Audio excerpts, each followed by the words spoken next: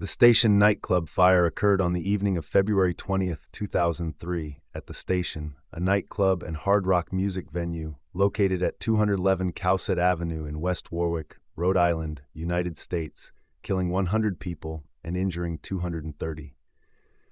During a concert by the rock band billed as Jack Russell's Great White, an offshoot of the original Great White Band, a pyrotechnic display ignited flammable acoustic foam in the walls and ceilings surrounding the stage. Within 6 minutes, the entire building was engulfed in flames. The fire was the deadliest fireworks accident in U.S. history and the fourth-deadliest nightclub fire in U.S. history.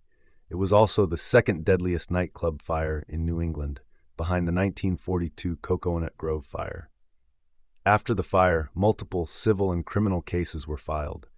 Daniel Biechele, the tour manager for Great White, who had ignited the pyrotechnics, pled guilty to 100 counts of involuntary manslaughter in 2006 and was sentenced to 15 years in prison with 4 to serve.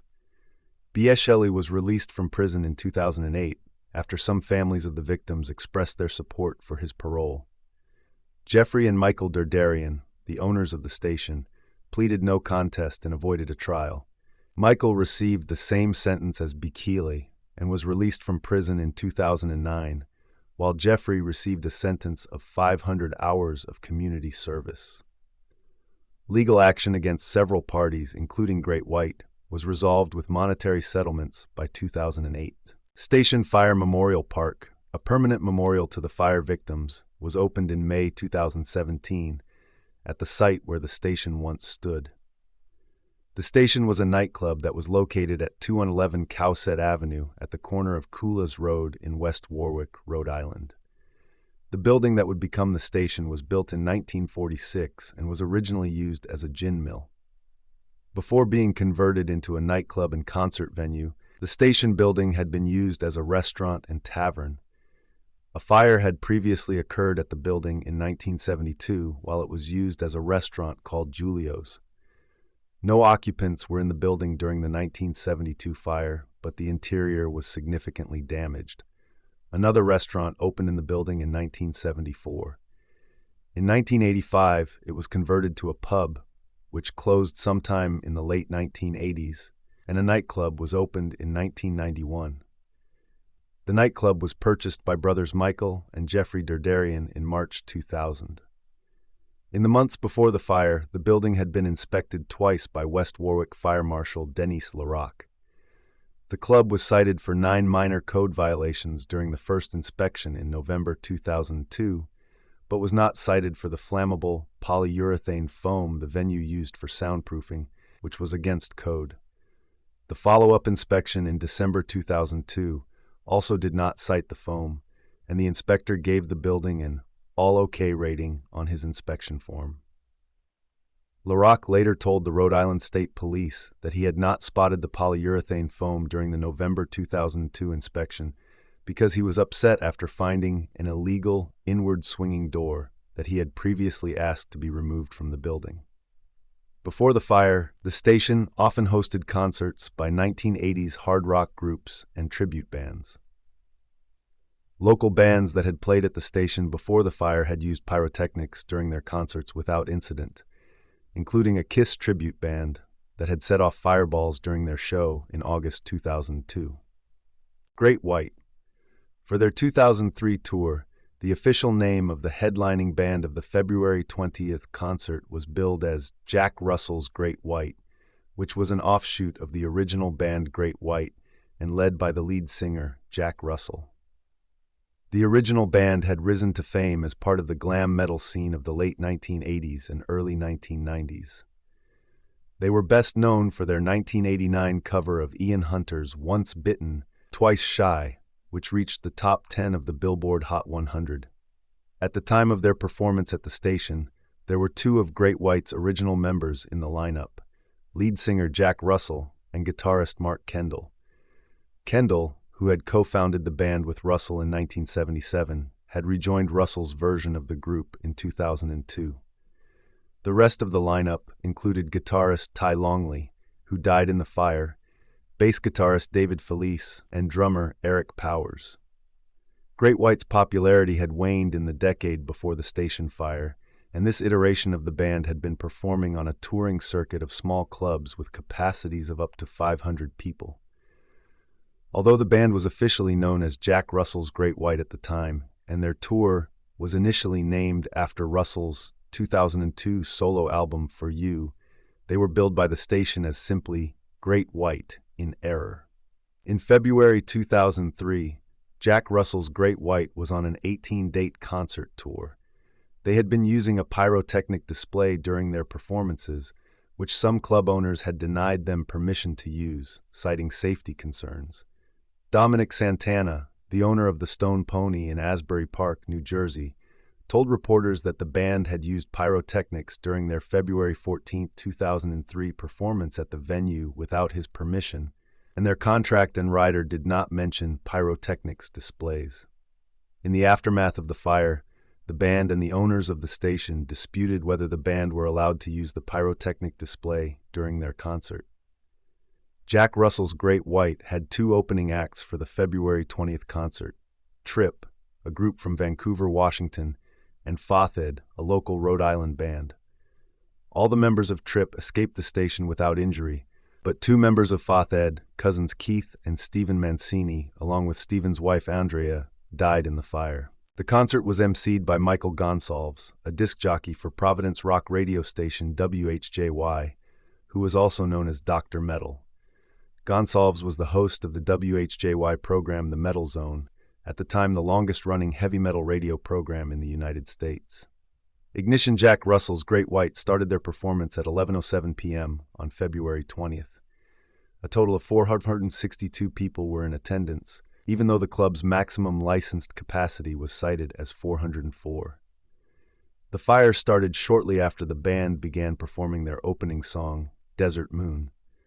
During the performance, pyrotechnics set off by tour manager Daniel Biechele ignited the flammable acoustic foam on both sides and the top center of the drummer's alcove at the back of the stage. The pyrotechnics were gerbs, cylindrical devices that produce a controlled spray of sparks. Biechele used 4 gerbs that were set to spray sparks 15 feet, 4.6 meters, for 15 seconds. 2 gerbs were at 45-degree angles, with the middle 2 pointing straight up. The flanking gerbs became the principal cause of the fire. Sparks from the gerbs ignited the insulation foam, and flames were visible on the wall above the stage within 9 seconds of their ignition. The flames were initially thought to be part of the act. Only as the fire reached the ceiling and smoke began to bank down did people realize it was uncontrolled. 20 seconds after the pyrotechnics ended, the band stopped playing, and lead singer Jack Russell calmly remarked into the microphone, "Wow, that's not good." Within 40 seconds of the ignition, Great White had stopped playing and left the stage, and the venue's fire alarm began to sound, but it was not connected to the local fire department. The station had no sprinkler system installed. Thick smoke began to fill the station 1 minute after the ignition, and the crowd began to escape the building.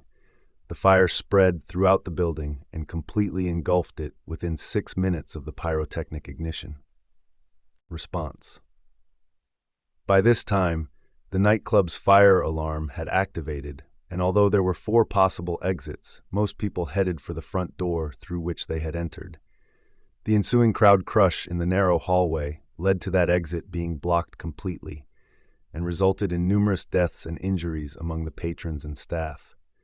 Multiple survivors claimed that 2 bouncers blocked the stage door as attendees attempted to escape the building, stating the door was only to be used by the band. The fire was reported to the West Warwick Fire Department by cellular phone calls to 911 within 60 seconds of ignition. A West Warwick police officer who was already at the scene also reported the fire to police dispatch. The first West Warwick fire engine arrived at the scene at 11:13 p.m., followed by 3 other trucks shortly thereafter. Hundreds of firefighters responded to the fire, including every available West Warwick firefighter. Fire departments in Warwick, Coventry, and Cranston rendered mutual aid to the fire site. The Cowesett Inn restaurant across the street from the station acted as an ad hoc burn triage and command center for first responders. A portion of the nightclub roof collapsed at 11:57 p.m., and a second portion in the building's sunroom collapsed at 12:07 a.m. Individuals who needed medical treatment were transported to Kent Hospital, which was filled to maximum capacity due to the fire. By 1:30 a.m. on February 21st, all the affected individuals had been transported and the street had been cleared. Aftermath and casualties. Of the 462 people in the building for the concert, 100 were killed, 230 were injured, and 132 escaped uninjured. 96 individuals died at the scene, and 4 more died in the hospital in the following weeks. Among those who died in the fire were Great White guitarist Ty Longley and the show's MC, WHJY DJ Mike Dr. Metal Gonsalves. 4 employees of the station were killed in the fire. In April 2003, the Derderians were fined $1.07 million for failing to carry workers' compensation insurance for their employees. The fine was not resolved until 2013, 10 years after the fire, when a judge upheld it. Providence Phoenix columnist Ian Donis wrote of the effect that the fire had on the close-knit Rhode Island community. The loss of so much life would represent a tragedy anywhere, but it struck especially hard in Rhode Island, the nation's smallest state, where no place is more than an hour away by car. Many of the survivors of the fire developed post-traumatic stress disorder after the event. Recording an account. The fire, from its inception, was caught on videotape by cameraman Brian Butler for WPRI-TV of Providence, and the beginning of that tape was released to national news stations. Butler was there for a planned piece on nightclub safety being reported by Jeffrey A. Derderian, a WPRI news reporter who was also a part owner of the station. The report had been inspired by the E2 nightclub stampede in Chicago that killed 21 people 3 days earlier. Derderian had begun working for WPRI on February 17th, 3 days before the fire. WPRI-TV and Derderian were criticized for the conflict of interest in having a reporter report on his own property. Derderian resigned from WPRI on June 30th. At the scene of the fire, Butler gave this account of the tragedy. It was that fast. As soon as the pyrotechnics stopped, the flame had started on the egg crate backing behind the stage, and it just went up the ceiling, and people stood and watched it, and some people backed off. When I turned around, some people were already trying to leave, and others were just sitting there going, "Yes, that's great." And I remember that statement, because I was like, this is not great. This is the time to leave. At first, there was no panic. Everybody just kind of turned. Most people still just stood there. In the other rooms, the smoke hadn't gotten to them. The flame wasn't that bad. They didn't think anything of it. Well, I guess once we all started to turn toward the door and we got bottlenecked into the front door, people just kept pushing, and eventually everyone popped out of the door, including myself. That's when I turned back. I went around back. There was no one coming out the back door anymore. I kicked out a side window to try to get people out of there. One guy did crawl out. I went back around the front again, and that's when you saw people stacked on top of each other, trying to get out of the front door. And by then, the black smoke was pouring out over their heads. I noticed when the pyro stopped, the flame had kept going on both sides. And then on one side, I noticed it come over the top, and that's when I said, I have to leave. And I turned around, I said, get out, get to the door, get to the door. And people just stood there. There was a table in the way at the door, and I pulled that out just to get it out of the way so people could get out easier. And I never expected it to take off as fast as it did. It was so fast. It had to be 2 minutes tops before the whole place was black smoke. Investigation NIST report, a National Institute of Standards and Technology, NIST, investigation of the fire under the authority of the National Construction Safety Team Act, using computer simulations with FDS and a mock-up of the stage area and dance floor, concluded that a fire sprinkler system would have contained the fire long enough to give everyone time to exit safely. The station, which was built in 1946, was exempt from a sprinkler requirement in the state fire code through a grandfather clause, which stated that buildings constructed before 1976 were not required to have a sprinkler system. The NIST report was released on March 3, 2005, and was made available in 2 parts on June 30, 2005. Grand jury investigation. An investigation of the fire by a Rhode Island state grand jury was started by then Rhode Island Attorney General Patrick Lynch on February 26, 2003. On December 9, 2003, the grand jury announced indictments against station owners Jeffrey and Michael Derderian and Jack Russell's Great White Road manager Daniel M. Biechele. The three were each charged with 100 counts of involuntary manslaughter with criminal negligence and 100 counts of involuntary manslaughter in violation of a misdemeanor. West Warwick Fire Marshal Dennis LaRocque was not charged by the grand jury, as Lynch had cited a state law that prevented charges against fire marshals without proof of bad faith. The grand jury also did not return charges against the band's lead singer, Jack Russell. Lynch told 48 Hours that his investigation found that the fire spread quickly due to the foam the Derderians had installed in the station's walls and ceilings as a response to noise complaints. The lack of usable exits was also a factor, as was the inward door LaRocque had found and asked to be removed. Jeffrey Derderian said the door was also installed due to noise, and they had removed it as asked, but sometimes reinstalled it if the venue was going to be loud that night, and the band used it to escape the building during the fire. Michael Derderian told 48 Hours that it was undisputable, that the building's use of flammable packing foam instead of flame-retardant sound foam was the cause of the fire's spread, but the brothers claimed that they had ordered sound foam and had received the packing foam instead. Other causes. The foam was sold to the Derderians by American Foam. In 2005, the Rhode Island Attorney General Office received a fax from Barry Warner, a former employee of American Foam who lived nearby the station, who claimed the company had known about the dangers of polyurethane foam but did not warn their employees about it. Although Warner was called to testify to a grand jury, he was not asked about the fax. American Foam refuted the claims in Warner's fax. In 2008, American Foam agreed to pay $6.3 million to the families of the victims of the fire. Victims' families have also cited overcrowding in the venue as a cause for the casualties during the fire. LaRocque had set various capacities for the station in the years before the fire based on whether pool tables and other items could be moved. The capacity for the station was either 258 or 404, depending on how the building was being used. The final tally by the Providence Journal of people inside the station during the fire totaled 462. Criminal trials. Daniel Biechele. The first criminal trial was against Jack Russell's Great White's tour manager, Daniel Michael Biechele, 26, from Orlando, Florida. This trial was scheduled to start May 1, 2006, but Biechele, against his lawyer's advice, pleaded guilty to 100 counts of involuntary manslaughter on February 7, 2006, in what he said was an effort to bring peace. I want this to be over with.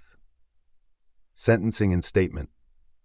On May 10, 2006, State Prosecutor Randall White asked that Biechele be sentenced to 10 years in prison, the maximum allowed under the plea bargain, citing the massive loss of life in the fire and the need to send a message.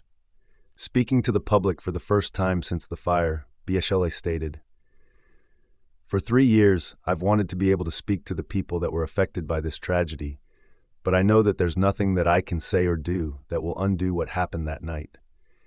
Since the fire, I have wanted to tell the victims and their families how truly sorry I am for what happened that night and the part that I had in it. I never wanted anyone to be hurt in any way. I never imagined that anyone ever would be.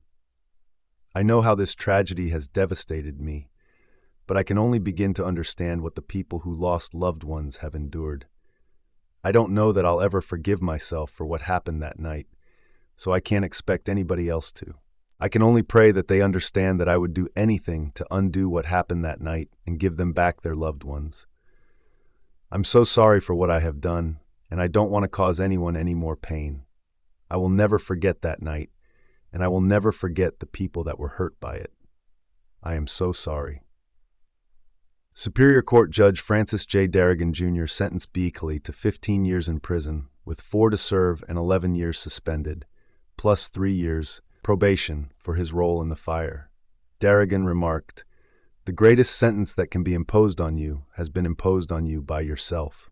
Biechele was released in March 2008. The sentence drew mixed reactions in the courtroom. Many families believed the punishment was just. Others had hoped for a more severe sentence. Support for parole and aftermath. On September 4, 2007, some families of the fire's victims expressed their support for Biechele's parole. Leland Hoisington, whose 28-year-old daughter, Abby, was killed in the fire, told reporters, "I think they should not even bother with a hearing. Just let Biechele out. I just don't find him as guilty of anything." The state parole board received approximately 20 letters, the majority of which expressed their sympathy and support for Biechele, some going as far as to describe him as a scapegoat with limited responsibility. Parole board chairwoman Lisa Hawley told journalists of her surprise at the forgiving attitude of the families, saying, "I think the most overwhelming part of it for me was the depth of forgiveness of many of these families that have sustained such a loss."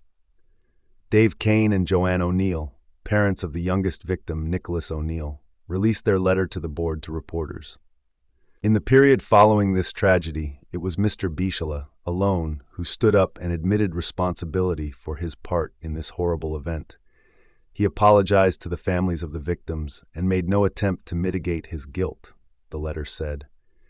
Others pointed out that Biechele had sent handwritten letters to the families of each of the 100 victims and that he had a work release position in a local charity. On September 19, 2007, the Rhode Island Parole Board announced that Biechele would be released in March 2008. Biechele was released from prison on March 19, 2008. Biechele's parole and probation expired in March 2011. As of 2013, Biechele lived in Florida with his wife and 2 children. Michael and Jeffrey Derderian. Following Biechele's trial, the station's owners, Michael and Jeffrey Derderian, were scheduled to receive separate trials. However, on September 21, 2006, Judge Derderian announced that the brothers had changed their pleas from not guilty to no contest, thereby avoiding a trial. Michael Derderian received 15 years in prison, with 4 to serve and 11 years suspended, plus 3 years probation, the same sentence as Biechele. Jeffrey Derderian received 500 hours of community service. In a letter to the victims' families, Judge Derderian wrote that he accepted the deal because he wanted to avoid public exposition of the tragic, explicit, and horrific events experienced by the victims of this fire, both living and dead. He added that the difference in the brothers' bank sentences reflected their respective involvement with the purchase and installation of the flammable foam. Rhode Island Attorney General Patrick C. Lynch objected strenuously to the plea bargain, saying that both brothers should have received jail time and that Michael Derderian should have received more time than Biechele.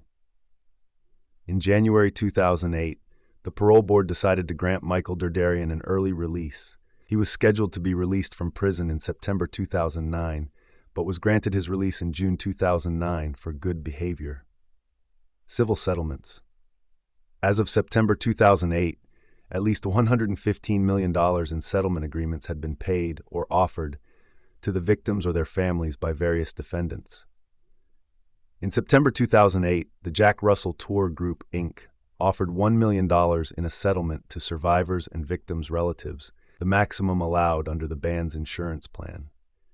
Club owners Jeffrey and Michael Derderian reached a settlement of $813,000 with survivors and victims' families in September 2008. The state of Rhode Island and the town of West Warwick agreed to pay $10 million as a settlement. Sealed Air Corporation agreed to pay $25 million as a settlement. Victims' lawyers said that Sealed Air made polyethylene foam that had been installed at the station in 1996, which produced toxic gas when it burned during the fire. In February 2008, Providence television station WPRI-TV and their then-owners, Lynn TV, made an out-of-court settlement of $30 million as a result of the claim that their video journalist, Brian Butler, was said to be obstructing escape and not sufficiently helping people exit. In March 2008, JBL speakers settled out of court for $815,000. JBL was accused of using flammable foam inside their speakers. The company denied any wrongdoing.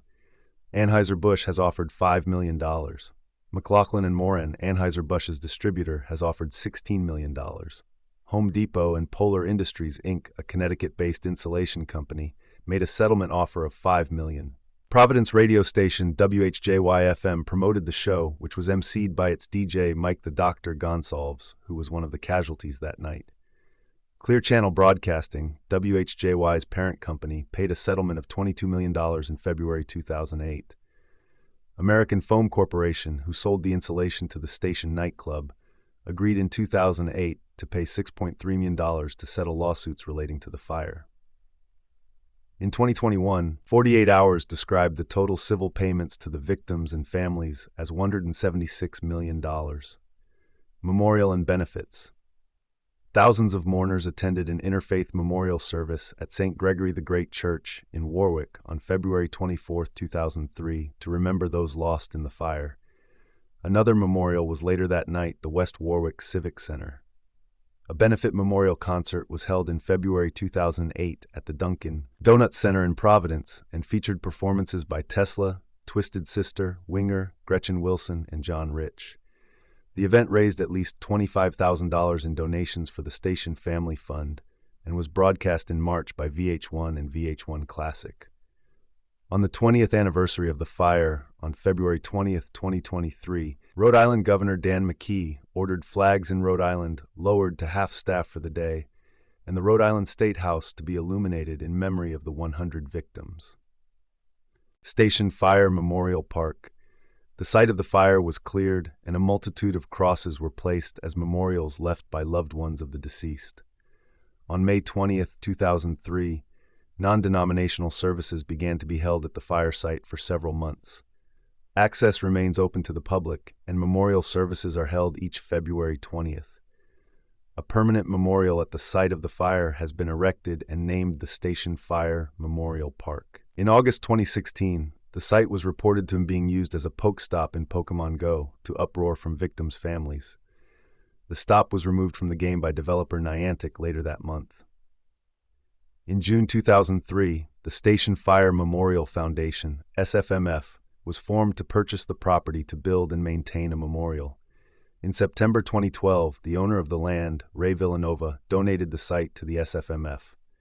By April 2016, $1.65 million of the $2 million fundraising goal had been achieved, and construction of the Station Fire Memorial Park had commenced.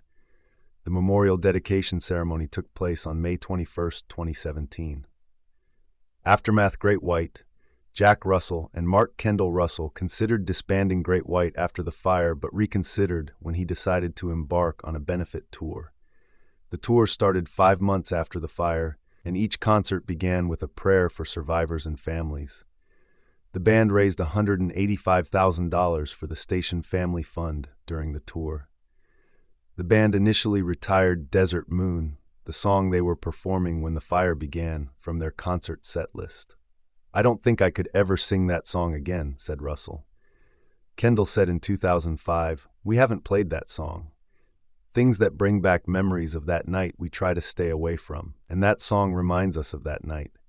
We haven't played it since then and probably never will." 2 years to the day after the fire, band members Russell and Kendall, along with Great White's attorney, Ed McPherson, appeared on CNN's Larry King Live with 3 survivors of the fire and the father of Longley to discuss how their lives had changed since the incident. Russell left Great White in 2010.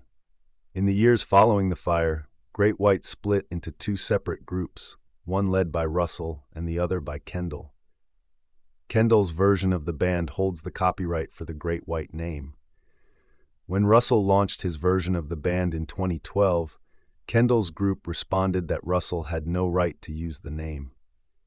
After a 2013 legal settlement between the 2 parties, Kendall's band retained the Great White name, while Russell's band was allowed to use the name Jack Russell's Great White.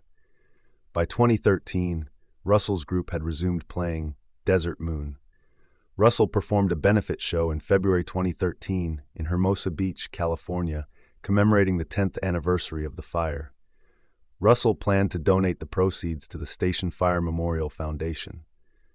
However, the organization asked to be disassociated from the concert, citing the animosity that many survivors and surviving families still felt. Russell raised about $180 from the concert, but the Memorial Foundation refused the donation, a decision supported by Kendall. In 2013, Kendall told the Providence Journal that he maintained amicable contact with some survivors, victims' families, and the Station Fire Memorial Foundation. Russell's relation with some survivors and families has been strained, although he remains close to Longley's family. Neither version of Great White performed in any of the 6 New England states for over a decade following the fire. Russell's group made its first New England appearance in 12 years at a harvest festival in Mechanic Falls, Maine, in August 2015.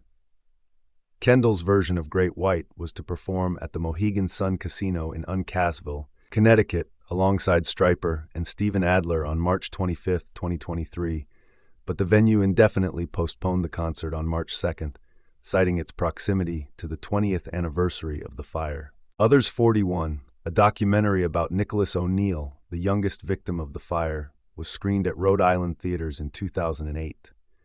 41 and a film based on O'Neill's play They Walk Among Us were aired by Rhode Island PBS in February 2013 in conjunction with the 10th anniversary of the fire.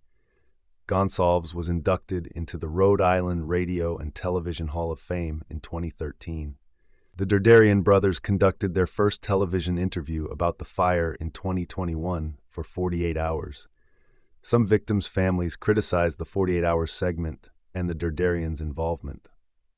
Safety measures. Following the tragedy, Governor Donald Carcieri declared a moratorium on pyrotechnic displays at venues that hold fewer than 300 people. The Rhode Island State Fire Code was changed after the fire to require every nightclub in the state with a capacity of over 150 people to have a sprinkler system installed. As numerous violations of existing codes contributed to the severity of the fire, there was an immediate effort to strengthen fire code protections.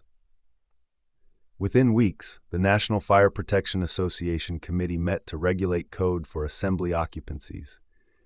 Based upon its work, tentative interim amendments, TIAs, were issued for the National Standard Life Safety Code, NFPA 101, in July 2003.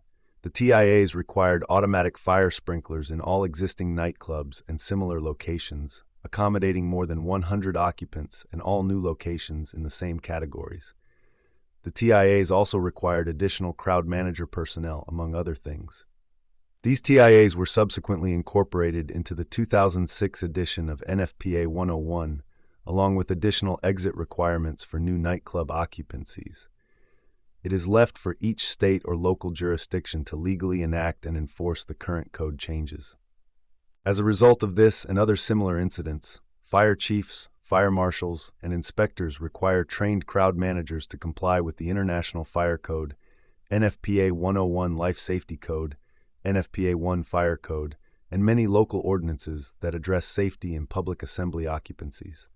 However, fire professionals have few choices about what training should be provided, and training programs are continually updated to incorporate new technologies and lessons learned from actual fire experiences. Main article: Fire Sprinkler Incentive Act. Inspired by the Fire Sprinkler Incentive Act has been proposed United States Senate and House of Representatives since 2003. The legislation would create a tax incentive for property owners to install fire sprinkler systems. It was last introduced in the House in 2015 by then U.S. Reps James Langevin of Rhode Island and Tom Reed of New York. Let us all pay respect to the victims and first responders who risked their lives helping others during that faithful night 21 years ago today. Please don't forget to hit the like and subscribe button. Until next time, stay safe and stay aware.